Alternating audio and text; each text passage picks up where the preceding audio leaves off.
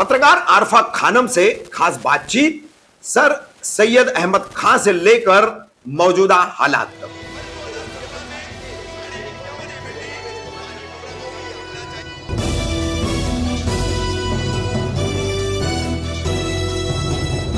मैं रफीक कामदार, हिंदुस्तानी रिपोर्टर में आपका स्वागत है। जैसा कि आपने हमारी पहली खबर में देखा, 22 अक्टूबर कौसा खड़ी मशीन रोड स्थित डायमंड हॉल में सर सैयद अहमद खां डे मनाया गया। अलीगढ़ मुस्लिम यूनिवर्सिटी के संस्थापक, इस शिक्षा संस्थान को खड़ा करने वाले सर सैयद अहमद खां। अब यहां पर एक प्रमुख वक्ता और अतिथि के तौर पर थी पत्रकार आरफा खानम, जो अलीगढ़ मुस्लिम यूनिवर्सिटी की छात्र भी रह चुकी है और पत्रकारिता में एक नए आयाम की ओर उन्होंने अक्सर जो है अपने करियर को आगे बढ़ाया है। तो पत्रकार आरफा खानम ने यहां पर सर सैयद अहमद खान डे से लेकर देश के मौजूदा हालात और इजराइल फिलिस्तीन जंग, इन तमाम मुद्दों पर बातचीत की है पत्रकारों से।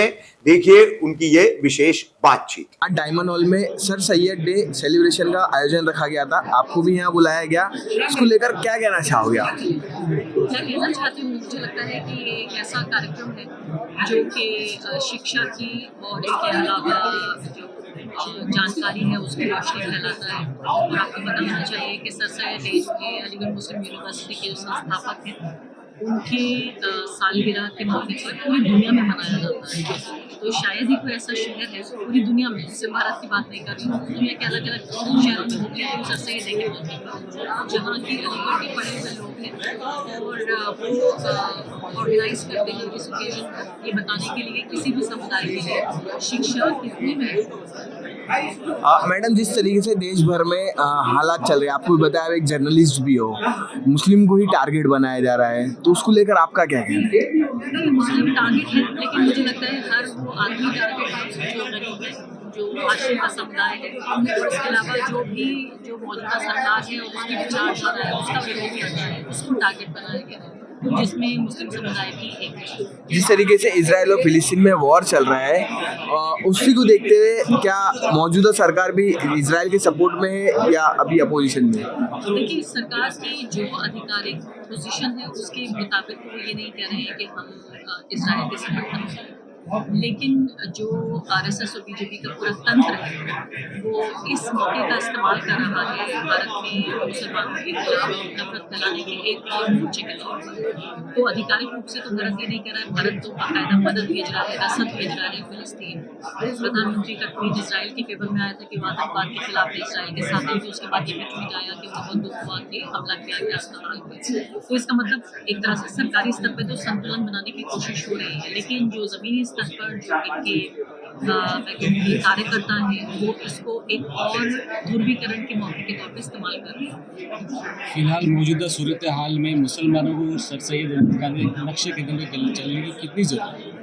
बहुत ज़रूरत है। मुझे लगता है इससे पहले शायद अलीगढ़ मूवमेंट की और सर सैयद अहमद खान की इतनी ज़रूरत मैंने कभी महसूस नहीं की पिछले 20-22 साल में। वो हमेशा रेलेवेंट रहे, लेकिन आज की तारीख में मुझे लगता है जब ऐसा लगता है कि पूरा समुदाय दिशाहीन हो रहा है, डायरेक्शनलेस हो रहा है, तब बहुत ज़रूरत है इस वक्त में कि सर सैयद अहमद खान की किताब को उठाया जाए और देखा जाए कि जब उनके ऊपर इतने बुरे हालात थे, जब उम्मीद नहीं मिल रही थी और उस वक्त सोचिए आप देश भी आज़ाद नहीं था, तब उन्होंने बाहर की हुकूमत, जब गुलाम देश था तब वो ऐसा कर पाए, तो वो आज़ाद देश है, उसमें उम्मीद बनती है। हमारे मुसलमान बच्चे जो इंग्लिश मीडियम से तालीम हासिल कर रहे हैं लेकिन सर सैयद अहमद खान की से नावाकिफ़ है, ऐसे लोगों के लिए क्या कहें? कई लोगों को इनका इतिहास भी नहीं पता है क्या थे करके, कई लोग भी ऐसे सही बात नहीं होगी, इसीलिए इस तरह के जो आज का ओकेजन है यहाँ जितने कई 100 लोग बैठे हुए थे वो जाके और कुछ 100 लोगों को बताएंगे, फिर अभी आप लोग ये रिकॉर्ड कर रहे हैं। मुझे लगता है कि आप भी एक तरह की सर्विस ही कर रहे हैं इस तरह से रिकॉर्डिंग करके लोगों को बताने के लिए। और जैसे आपने कहा कि जो आधुनिक भारत के जो निर्माता है, makers of modern India, Ramchandra Guha जो हिस्टोरियन, उन्होंने बाकायदा किताब लिखी है, उनमें जिन 6 लोगों का जिक्र किया कि जो मेकर्स ऑफ मॉडर्न इंडिया है, जिन्होंने आधुनिक भारत को बनाया है, उसमें सर सैयद अहमद खान एक है। तो सबसे बड़ी बात ये है कि सर सैयद अहमद खान को सिर्फ एक मुसलमानों का एक रिफॉर्मर या उनका एक नेता या उनके एक व्यक्ति के तौर पे नहीं देखा जाना चाहिए। उन्होंने अलीगढ़ मुस्लिम यूनिवर्सिटी बनाई, वो उस वक्त में मुसलमानों के लिए थी, लेकिन आप देखिए कि इतने सालों में लेकिन कितने हज़ारों लाखों हर समुदाय के लोगों को एजुकेट किया है।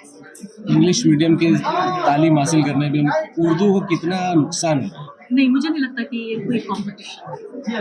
मैं आप देखिए हिंदी की पत्रकार हूँ, मैंने शुरुआत की अंग्रेज़ी अखबार से और उर्दू मेरे जज्बात की ज़बान है।